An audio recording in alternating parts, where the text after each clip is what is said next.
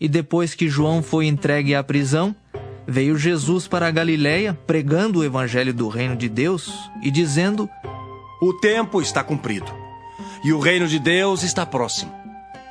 Arrependei-vos e crede no evangelho. E andando junto ao mar da Galiléia, viu Simão e André, seu irmão, que lançavam a rede ao mar, pois eram pescadores. E Jesus lhes disse: Vinde após mim, e eu farei que sejais pescadores de homens. E deixando logo as suas redes, os seguiram. E passando dali um pouco mais adiante, viu Tiago, filho de Zebedeu, e João, seu irmão, que estavam no barco consertando as redes, e logo os chamou. E eles, deixando o seu pai Zebedeu no barco com os empregados, foram após ele. Bom, esse é um texto curto da narrativa do Evangelho de Marcos, dos chamados dos primeiros 4 apóstolos. 2 deles estavam lançando as redes, e a ideia aqui é de lançar de fato, é a ideia de tarrafa. Lá no Nordeste nós chamamos tarrafa, aquela rede que você já lançou, meu brother? Bota na boca assim. Já lancei algumas vezes, mas eu não era um bom lançador, não. Bota um pedaço na boca assim, vai jogando e quando cai no cardume, fecha o peixe. Não há possibilidade do peixe sair, porque no final dela é cheia de chumbo. E quem joga direito faz abrir de uma forma ampla para pegar uma quantidade maior de espaço. Então os dois discípulos, que ainda não era totalmente, que foram chamados nesse momento, eles estavam lançando as tarrafas, lançando as redes para pegar quantidade de peixe. E Jesus chama quando eles estão trabalhando. E eles deixam as redes e seguem a Jesus Cristo. Os outros 2, Tiago e João, estão dentro do barco, mas não a lançar rede. Eles estão consertando as redes. Um trabalho muito bacana de conserto para poder pegar peixes. E eles estão consertando as redes e Jesus Cristo passa, chama, eles deixam o trabalho, deixam o seu pai e seguem a Jesus. É um chamado magnífico, porque, como Marcos narra, há uma narrativa como se fosse algo do primeiro encontro com Jesus Cristo. Eles ouvem o chamado, eles obedecem o chamado, eles renunciam tudo em prol do chamado e seguem a Jesus Cristo. É claro que quando nós lemos outros evangelhos, nós deparamos e sabemos que esses homens já ouviram falar de Jesus Cristo. Em algumas situações, eles ouviram a pregação do evangelho e a pregação eficaz do evangelho, e só nesse momento Jesus os chama. E ser chamado pelo mestre naquele período em que Jesus viveu era algo magnífico, porque havia um costume dos grandes mestres chamar discípulos. Os grandes mestres não eram os discípulos que escolhiam, eram eles que escolhiam seus discípulos. E outro fator interessante, que aí nos grandes mestres é relacionado aos mestres da filosofia, que quando eles passavam e depois de algum tempo de convívio, de alguém ouvir e ver um interesse, dizia assim: segue-me. E a partir daquele momento, aquele homem que seguisse o mestre seria discípulo daquele mestre, imitando-o em tudo. E Jesus Cristo usa a mesma estratégia para chamar pessoas que venham a agregar no seu ministério e venham a liderar a igreja de Cristo na terra, a retrato de Pedro, de Tiago, de João e de André. Isso é muito interessante quando deparamos com isso, mas eu fico pensando, se fosse eu a chamar discípulos, será que eu chamaria Simão, que Jesus mudou o nome dele para Pedro? Será que eu chamaria André? André tem uma virtude muito grande de agregar pessoas E você vê isso sempre quando se fala a respeito dele. Pedro era alguém com ímpeto muito grande. Será que só chamava alguém chamado João, do qual Jesus Cristo diz que ele é filho do trovão? Imagine como esse cara era. Filho do trovão. Barulhento. É claro que quando você lê João, filhinhos dizem: eita, que negócio, esse cara é amável, né? Há uma transformação do Espírito Santo muito grande na vida dele. Tiago, talvez o primeiro grande mártir da igreja após Jesus Cristo, não se fala muito a respeito dele, porque o seu ministério foi um ministério muito curto. Mas imagine se você iria chamar homens para abalar o mundo, você chamaria pescadores. Os 4 primeiros homens a ser chamados pescadores, homens incultos, homens brutos. Eu creio que ninguém aqui chamariam pescadores para que o mundo fosse abalado por eles e pela pregação de Deus através deles. Talvez nós olharíamos os mais intelectuais, os mais bonitos, porque beleza chama atenção também, né? Os mais nobres, e não, esse aqui vai ser de Deus. São esses que iremos chamar. Não, Jesus Cristo chama 4 pescadores de uma leva só, 4 homens incultos. Após ele estar ministrando e pregando a palavra, ele chama 4 pescadores. E eu quero meditar o meu e o seu coração sobre o chamado de Cristo. Que aqui nesse texto, o chamado de Cristo tem a implicação de seguir a Cristo e tem a promessa de ser pescadores de homens. Aqui nesse texto tem a implicação de seguir a Cristo.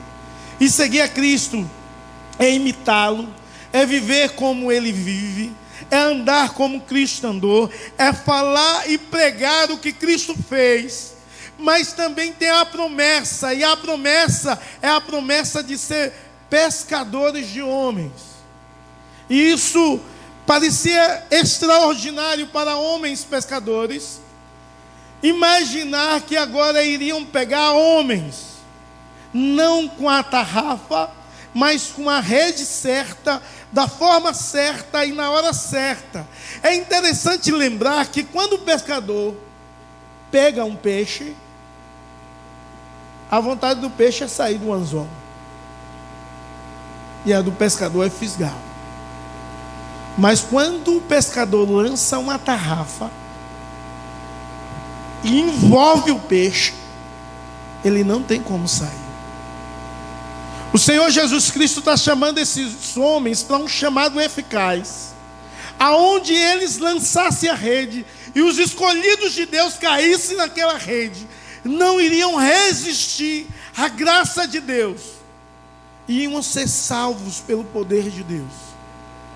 Meus amados irmãos, Cristo já te chamou, ou talvez você nunca deu atenção ao chamado de Deus, talvez você não tenha compreensão do que é o chamado de Deus, talvez você está aqui e você tenta fugir do chamado de Deus para a sua vida, que a vontade de Deus é que você seja uma ferramenta usada por Ele. E talvez você tenta fugir do chamado de Deus. Quando eu fui as primeiras vezes na igreja, eu gostava muito do louvor, e eu não gostava do apelo. Então queria sair antes, para não ouvir o apelo, para não ouvir o chamado de Deus. Talvez você está aqui na igreja e foge do propósito do qual Deus te chamou, foge dos princípios dos quais Deus tem preparado para você. O chamado de Deus é um chamado de vida. O chamado de Deus é algo que atrai, transforma e te dá sentido, direção e propósito. A mensagem que Jesus Cristo pregava, alguns versículos anteriores, do verso 4 ao verso 14 ao 15, ao texto que nós lemos, era uma mensagem do Evangelho que dizia: esgotou-se o prazo, o tempo está próximo. Próximo do quê? Próximo do reino de Deus ser, de uma vez por todas, instaurado na terra. O reino de Deus chegou. É necessário arrependimento, mudança de vida. E o povo deveria acreditar naquela boa notícia. Quando você lê o verso 14, você vê que João foi preso e Jesus Cristo começou a pregar arrependimento, que chegou o reino de Deus, que deveriam ter mudanças de vida e que as pessoas deveriam crer no poder de Deus. E após pregar isso e falar muitas e muitas outras coisas, eles chamam esses discípulos que estão trabalhando para algo específico e maravilhoso. Talvez você está aqui e fica pensando: se Deus me chamou, o que significa esse chamado? Se Deus me chamou, para que Deus me chamou?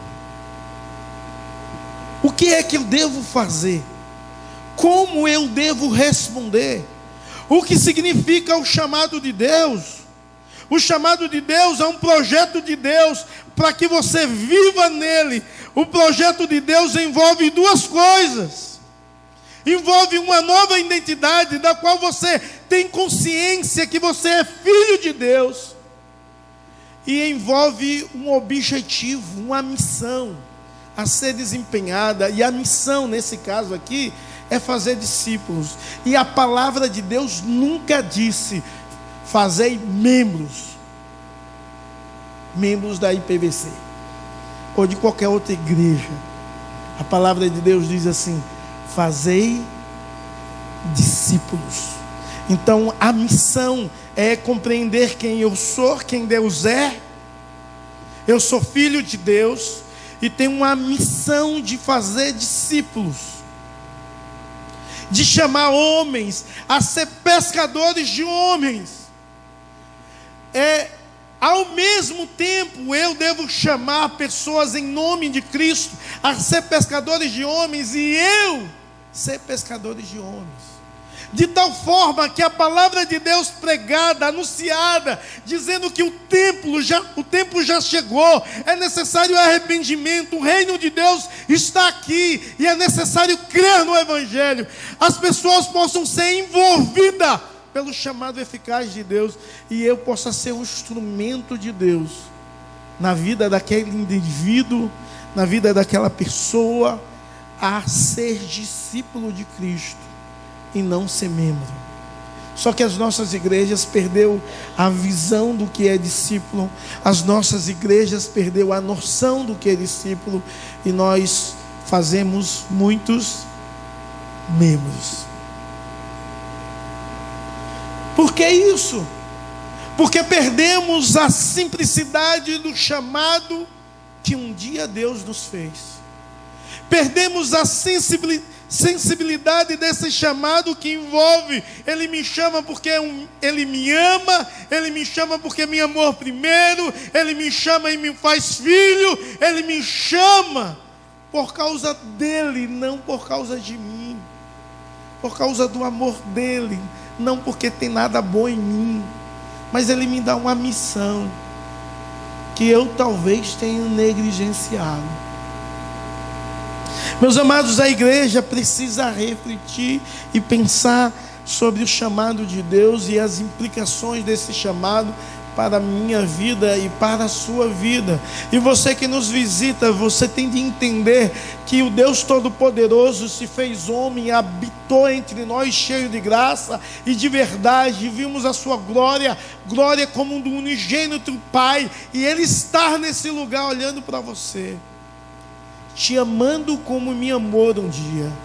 E Ele chama você em detrimento de qualquer qualidade sua. Ele chama você porque tão somente Ele é aquele que capacita os chamados, não chama capacitados. Ele chama você para uma grande obra obra da qual Ele deseja realizar em você e através de você. O chamado é pessoal e o chamado é único. É interessante que possamos entender que o chamado ele é pessoal e o chamado é único. O Senhor Jesus foi de forma pessoal, e falou com Simão e com André. Poderia ter pescando em uma região daquela, o lago de Genezaré, ou como nós lemos, o mar da Galileia, é a mesma coisa. Uma região onde havia muitos pescadores e muitas pessoas trabalhando na atividade de pesca. Possivelmente tinha outros pescando ali. Jesus vai até Simão e até André e chama eles. É um chamado pessoal, único, individual. Talvez, meus amados irmãos, eu não chamaria Pedro para ser o líder da igreja depois da ascensão de Cristo. Talvez eu até chamaria André, mas Pedro não. Mas Jesus Cristo, Ele não vê como eu e você enxerga. Ele não vê os homens como eu e você veem. Ele não vê a característica dos homens. Ele qualifica os homens que são chamados para o exercício do ministério. É necessário entender que Deus nos vê e nos percebe em meio à multidão. Deus nos vê aqui. Deus nos vê aonde você anda e Ele percebe você. É interessante que Ele chama duas pessoas, Simão e André, inicialmente. Depois você vê Ele chamando mais dois, Tiago e João. Então é um chamado pessoal e único, porque Deus nos vê independente da quantidade de pessoas. Deus sabe exatamente quem você é e Ele olha para você com amor. Um dia eu fui numa igreja presbiteriana lá em Sergipe, e no meio de tantos jovens e pessoas, Deus olhou para mim e Ele lançou a tarrafa, me envolveu com seu amor, e aquele chamado eu não podia resistir. Ele me viu de forma pessoal, de forma única. Ele me amou individualmente. Ele olhou para mim cheio de pecados, pervertido e alienado aos princípios de Deus, mas Ele olhou com amor. E Deus nessa noite, Ele olha para você com amor, e Ele tem um chamado único e pessoal para a sua vida. Talvez você está na igreja e diz: eu queria tanto ser crente, mas eu tenho uma vida torta, não dá para eu ser crente do jeito que eu estou. Eu tenho um vício, não dá para ser crente com esse vício, não dá para servir a Deus desse jeito. Eu vivo de forma errada, e como eu estou, não dá para servir a Deus. Eu quero te dizer uma coisa: sabe quando você vai melhorar sem Deus? Nunca. Você precisa ouvir o chamado de Deus e em prontidão obedecer ao chamado de Deus e seguir a Jesus Cristo e deixar que Deus o transforme, deixar que Deus o capacite, deixar que Deus o molde totalmente para a glória, louvor, a adoração e exaltação do nosso Senhor e Salvador Jesus Cristo. Em segundo lugar, o chamado é um chamado que tira toda a estabilidade. Imagina aqueles homens, irmãos, viviam da pesca. E Deus diz bem assim: segue-me. E não só segue-me, mas vem uma promessa: eu vos farei pescadores de homens. Que lucro tinha nisso? Como é que eles iam manter a sua família? Como é que eles iriam alimentar os céus? O chamado de Jesus Cristo nos tira totalmente a estabilidade, inicialmente. Porque Deus nos chama das trevas para a luz. E quando você está vivendo em um momento, você se sente instável e confortável na situação que você vive. E Deus te tira daqui e te leva para ali. Tirou a estabilidade daqueles homens. Segue-me. Tirou a estabilidade daqueles outros dois que consertavam a rede. Segue-me. O chamado de Deus, ele tira a nossa estabilidade, tira eu e você da zona do conforto. É interessante que aqueles homens que estavam pescando, eles poderiam dizer: deixa acabar aqui o turno da pescaria e depois vamos seguir. Eles não disseram isso. Ou os demais podiam dizer assim: deixa acabar, consertar essa rede e aí eu vou te seguir. Eles não disseram isso. Não havia preocupação neles na estabilidade econômica deles. Eles compreendiam que a coisa mais importante que tem no mundo é andar com Jesus, é seguir Jesus, é viver com Cristo, é ouvir os ensinamentos de Cristo, é experimentar a verdade de Cristo. Eles compreendiam que a melhor coisa do mundo é estar com Deus, encarnado em Jesus Cristo. Nós não compreendemos isso. Isso humanamente é loucura. Como chamar pescadores para revolucionar o mundo também é loucura. Isso nos parece insanidade, mas isso é fé e amor e devoção ao Deus que tudo pode, ao Deus do impossível, ao Deus fiel, ao Deus verdadeiro. Irmãos, o chamado de Deus tira a nossa estabilidade. Já vi muita gente que tinha emprego, que roubava, fazia coisas terríveis. Quando Deus chamou, a estabilidade financeira caiu. Muita gente, em detrimento do quê? Do amor de Deus, de andar com Deus, de servir a Deus. E Deus certamente é o Deus que vê, é o Deus que age, é o Deus que recompensa, é o Deus que abençoa, é o Deus que trabalha. É necessário entendermos essas coisas, é necessário entendermos de forma plena e correta que aquilo que fazia sentido perdeu valor para eles.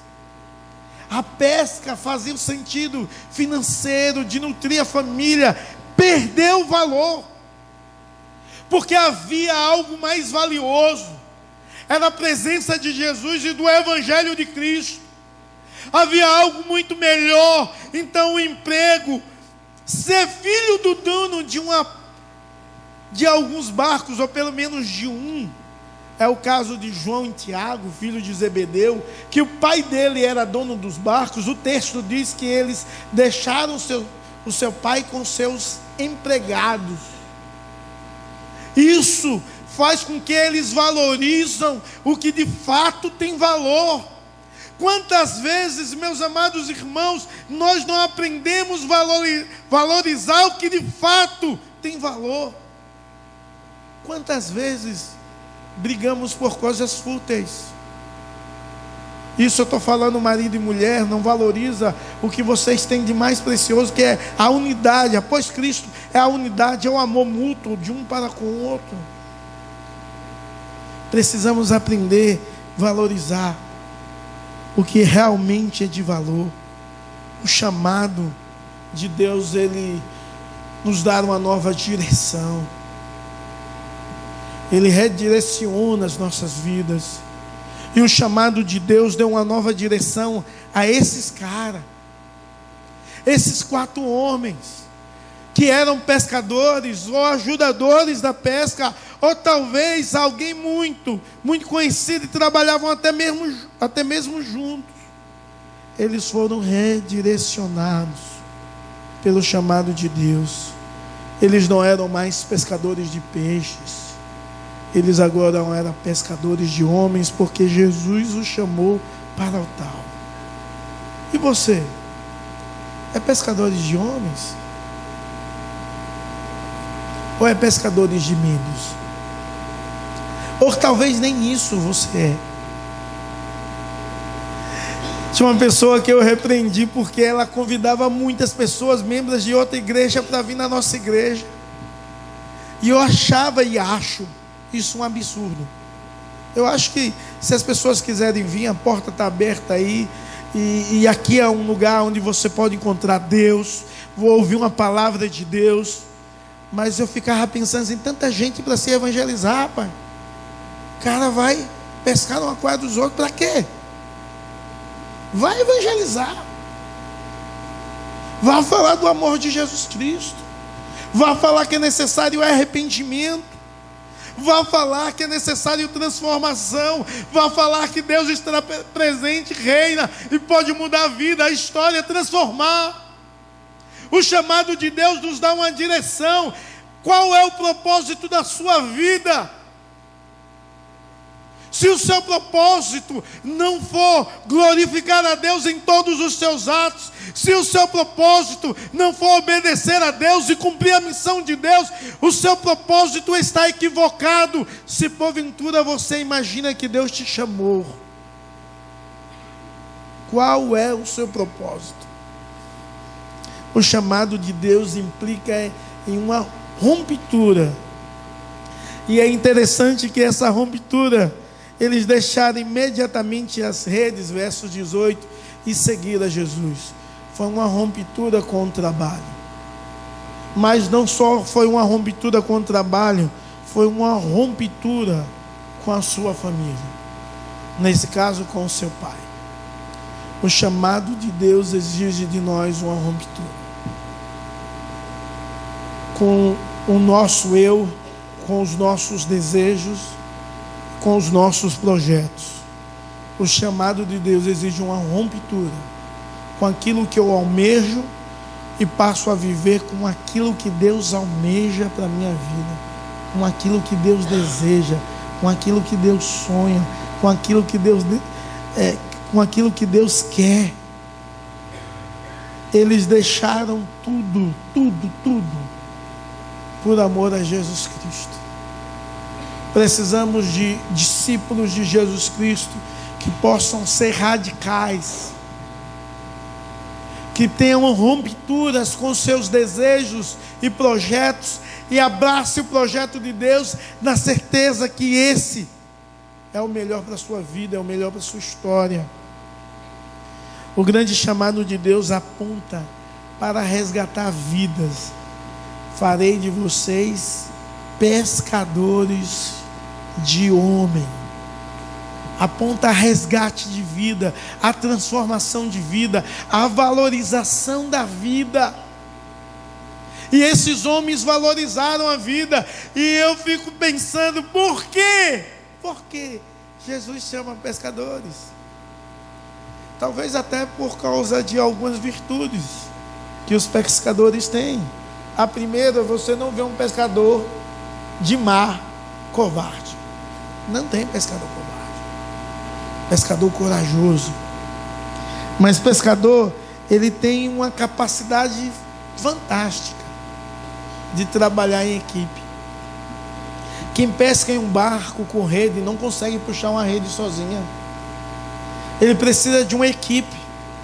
Precisa de gente para limpar a rede, limpar o barco, limpar os peixes, limpar camarão. Ele sabe trabalhar em equipe. E Jesus chamou homens que eu e você não daria crédito nenhum, mas com qualidades extraordinárias. Pessoas que têm coragem, pessoas que em meio às dificuldades eles não correm nem vacilam, pessoas em meio ao mar revolto estão firmes, pessoas que têm capacidades de trabalhar em equipe, pessoas que não são individualistas, pessoas que aprendem a dar a mão e somar em um trabalho para a glorificação de Deus, pessoas que são pacientes. Passou, foi tudo. Pessoas que são pacientes. A pesca é um trabalho de paciência, irmão. Pesca também é um trabalho de fé. Tem que não gosta de pescar porque tem que ter muita paciência para pescar. tem de ter muita fé que o peixe vai fisgar. Mas o pescador tem uma qualidade também de resistência. Quem já foi pescar aqui em alto mar? Quem foi pescar em alto mar sabe. Quem já virou a noite pescando em alto mar? Ficou mais de 8 horas no alto mar. Olha, tem que ter resistência para ficar mais de 8 horas no alto mar, sem vomitar, esperando o peixe vir. Se for de noite, passando frio. Se for de dia, experimentando um calor terrível. Então eles têm uma resistência imensa. Pescador é resistente. Resistente. Sabe, irmãos, é claro que o nosso Deus conhece todas as coisas e acima de tudo Ele te conhece. E o nosso Deus sabe exatamente como você se encontra, como você está nessa noite.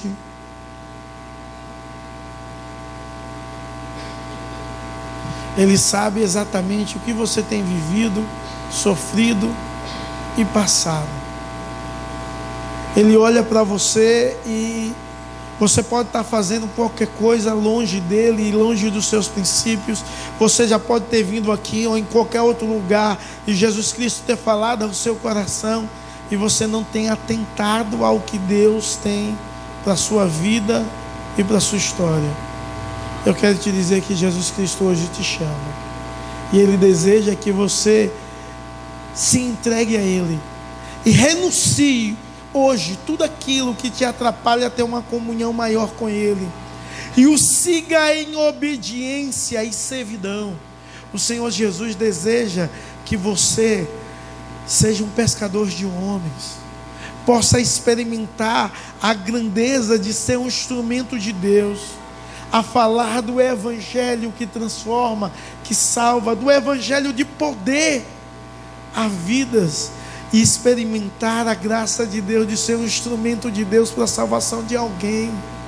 Se você não teve esse privilégio ainda, eu quero te dizer que isso é glorioso, isso é magnífico, é ser instrumento de Deus para que uma pessoa possa ser alcançada pela graça de Deus. Deus deseja isso. Deus deseja que você seja o embaixador dele aqui na terra. Deus deseja que você, como você é, seja alguém que seja levantado para fazer a diferença aonde Deus te colocou. Meu amado amigo e visitante, Jesus Cristo te chama para você experimentar uma novidade de vida, para você experimentar do amor de Deus, da transformação, do poder dele. Jesus te chama para que você venha se relacionar com Ele.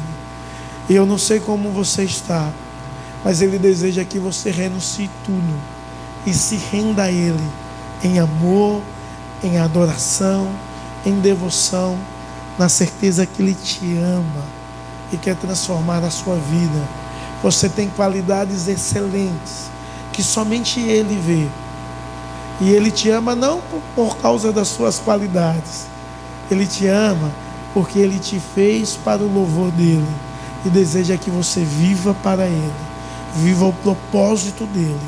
Em nome de Jesus. E talvez você está aqui da igreja, é membro da igreja, e sabe que Deus tem um projeto na sua vida. E se distanciou do projeto de Deus. Por coisas que ocorreram, situações que aconteceram, dificuldades que surgiram no meio do caminho. Eu quero te dizer que Deus, Ele te chama a recomeçar. Deus te chama a você olhar para Ele, porque Ele te vê em meio à multidão. E Ele deseja que você olhe para Ele como Ele tem olhado para você, olhado com amor. E Ele deseja de você ser um instrumento, como Pedro foi. Um homem cheio de vitalidade, um instrumento como André foi, um agregador. Deus deseja que você seja um instrumento de Deus, como João foi, um grande pastor. Deus deseja que você seja um instrumento de Deus, como Tiago foi, alguém que deu a vida pela causa, alguém que vive para o reino. e para a glória de Deus.